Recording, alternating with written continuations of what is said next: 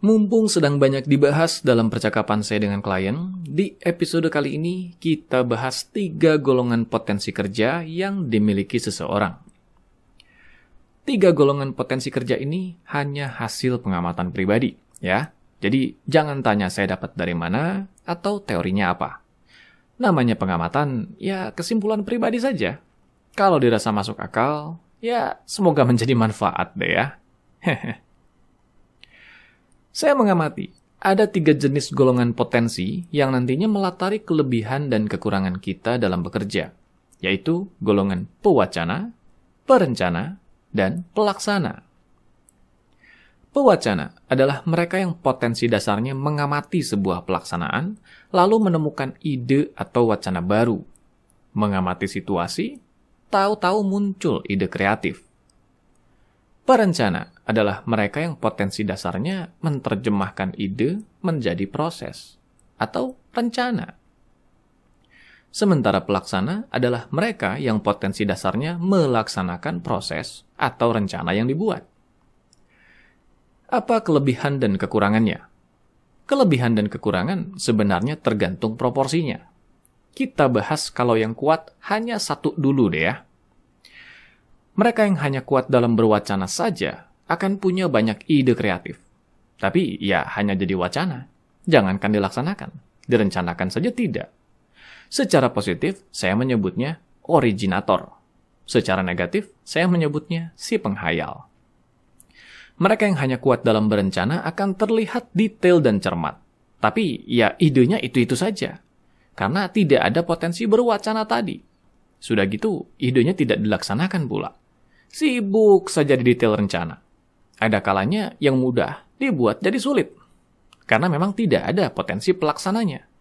Secara positif, saya menyebutnya organisator. Secara negatif, saya menyebutnya si ribet. Lain lagi, mereka yang hanya kuat dalam berlaksana. Taunya ya menjalankan yang diinstruksikan. Urusan berpikir kreatif atau berwacana, ya kurang. Karena bukan itu potensinya. Disuruh berencana juga sulit. Pokoknya taunya ikuti perintah. Secara positif, saya menyebutnya eksekutor. Secara negatif, saya menyebutnya si yes man. Nah, ada kan yang hanya kuat di salah satu saja, seperti di penjelasan tadi? Ada juga yang kuat di 2 potensi. Kuat di wacana dan rencana misalnya. Jadinya bagus dalam mencari ide baru dan menerjemahkannya jadi konsep. Tapi belum tentu ide dan rencana itu dilaksanakan. Karena potensi pelaksananya tidak ada. Saya menyebutnya sang konseptor.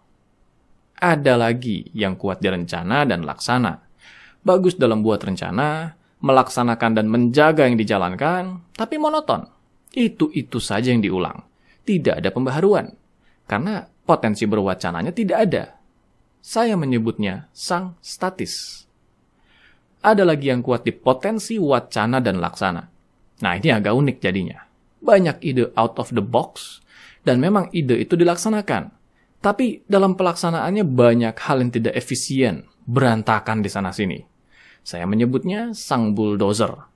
Tahu gerak dan sikat, tapi sekali hantam berantakan sana-sini.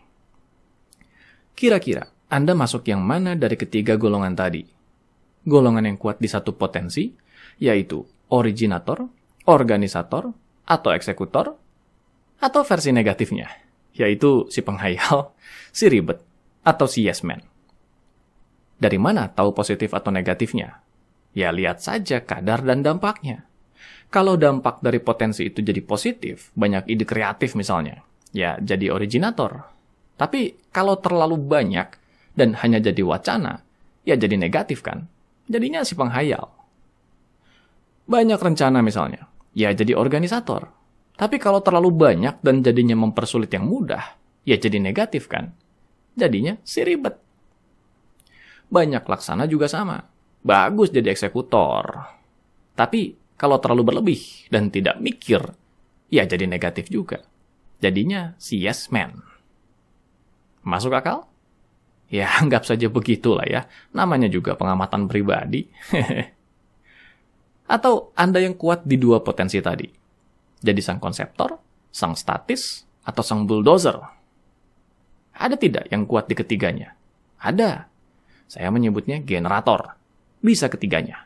Bisa berwacana, selalu ada ide kreatifnya, bisa berencana, menerjemahkan ide tadi jadi rencana, dan bisa melaksanakan yang direncanakan itu sambil mengawasi prosesnya.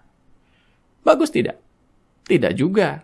Karena saking bisa ketiganya, ada kalanya jadi generalis. Semua digarap sendiri. Akhirnya jadi lama. Waktu dan tenaga tersita berlebih. Yang ideal yang mana? Lagi-lagi dari pengamatan pribadi loh ya. Yang ideal adalah yang kuat cukup di dua potensi. Karena seimbang. Kalau cuma satu, ya kurang oke juga lah. Kalau dua itu cukup imbang. Bisa dikatakan tidak berlebih.